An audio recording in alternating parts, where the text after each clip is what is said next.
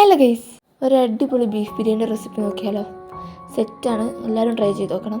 അപ്പോൾ ആദ്യം തന്നെ ഒരു മിക്സിയുടെ ജാറിലോട്ട് പച്ചമുളക്, വെളുത്തുള്ളി, ഇഞ്ചി ഒക്കെ ഇട്ടിട്ട് നന്നായിട്ട് പേസ്റ്റ് ആക്കിയിട്ട് ബീഫ് ബിരിയാണിയാണല്ലോ, അപ്പോൾ നമുക്ക് ഈ ബീഫിലോട്ട് ഈ പേസ്റ്റും മഞ്ഞപ്പൊടിയും മല്ലിച്ചപ്പും ഇട്ടിട്ട് നന്നായിട്ട് മിക്സ് ചെയ്യാം.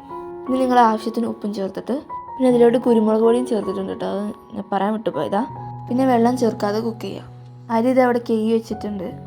പിന്നെ ഒരു പാൻ വെച്ചിട്ട് അതിലോട്ട് കോക്കനട്ട് ഓയിൽ ഒഴിച്ച് ചൂടായതിനു ശേഷം ഉള്ളി ഇടാം. ഉള്ളി മൊരിയിച്ചെടുക്കാം കേട്ടോ.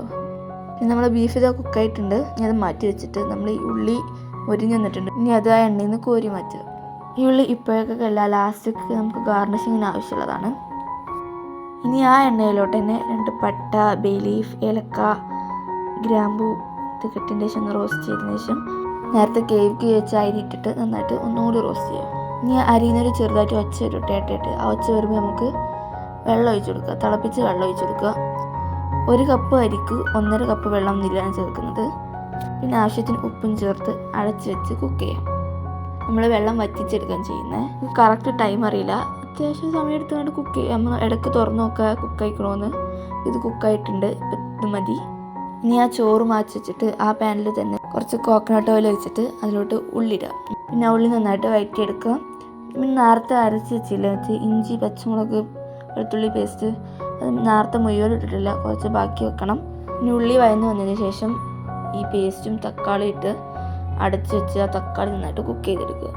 തക്കാളി നല്ല രീതിയിൽ ഉടഞ്ഞ് വന്നതിന് ശേഷം അതിലോട്ട് ഗരം മസാല പൊടി ഇട്ട് ഒന്നുകൂടി മിക്സ് ചെയ്ത് മല്ലിച്ചപ്പും ഇട്ട് മിക്സ് ചെയ്ത് നാരങ്ങനീരും തൈര് ഒഴിച്ച് മിക്സ് ചെയ്ത്, ഞാൻ അതിൽ ഒരുപാട് തവണ മിക്സ് എന്ന് പറഞ്ഞിട്ടുണ്ട്. ഞാൻ അത് എത്ര തവണ പറഞ്ഞു ഒന്ന് എല്ലാവരും കമൻറ്റ് ചെയ്യണേ.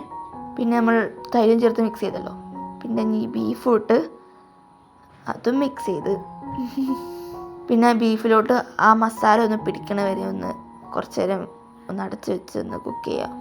പിന്നെ ഇതിലോട്ടും ആവശ്യത്തിന് ഉപ്പ് ചേർക്കുക. നമ്മൾ ഏകദേശം എല്ലാത്തിലോട്ടും ഉപ്പ് ചേർത്തിക്കണം. അപ്പോൾ അതൊക്കെ കണക്കിലെടുത്തിട്ട് മാത്രം ഉപ്പ് ചേർക്കുക, കൂടിപ്പോവരുത്. നമ്മൾ നേരത്തെ കുക്ക് ചെയ്ത് മാറ്റി വെച്ച ചോറ് ഇട്ടിട്ട് ലെയർ ചെയ്തെടുക്കുക. അതിൻ്റെ ഇടയിൽ നമ്മൾ ഉള്ളി മൊരിച്ചെടുത്തില്ലേ, അതും ഇച്ചിരി ബിരിയാണി മസാലയും കാഷ്യൂ കിസ്മിസും വറുത്തതും കുറച്ച് നെയ്യും മല്ലിച്ചപ്പൊക്കെ ചേർത്ത് പിന്നെയും ചോറിട്ട് അതിന് മുകളിൽ വീണ്ടും ഇത് റിപ്പീറ്റ് ചെയ്യുക. എന്നിട്ട് അടച്ചു വെക്കുക.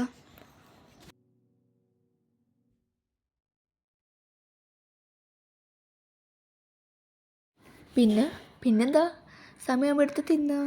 നമ്മൾ തിന്നാൻ പോവാണ്. നമ്മൾ ദമ്മ് പൊട്ടിച്ച് ദമ്മ് ഇളക്കുകയാണ്. പെരുന്നാളത്തെ ബീഫൊക്കെ ബാക്കി ഉണ്ടെങ്കിൽ എല്ലാവരും ഒന്ന് ട്രൈ ചെയ്ത് നോക്ക്. പിന്നെ വീഡിയോ ഇഷ്ടപ്പെട്ടാൽ ലൈക്ക് ചെയ്യുക, ഷെയർ ചെയ്യുക, സബ്സ്ക്രൈബ് ചെയ്യുക. അപ്പോൾ ഓക്കെ.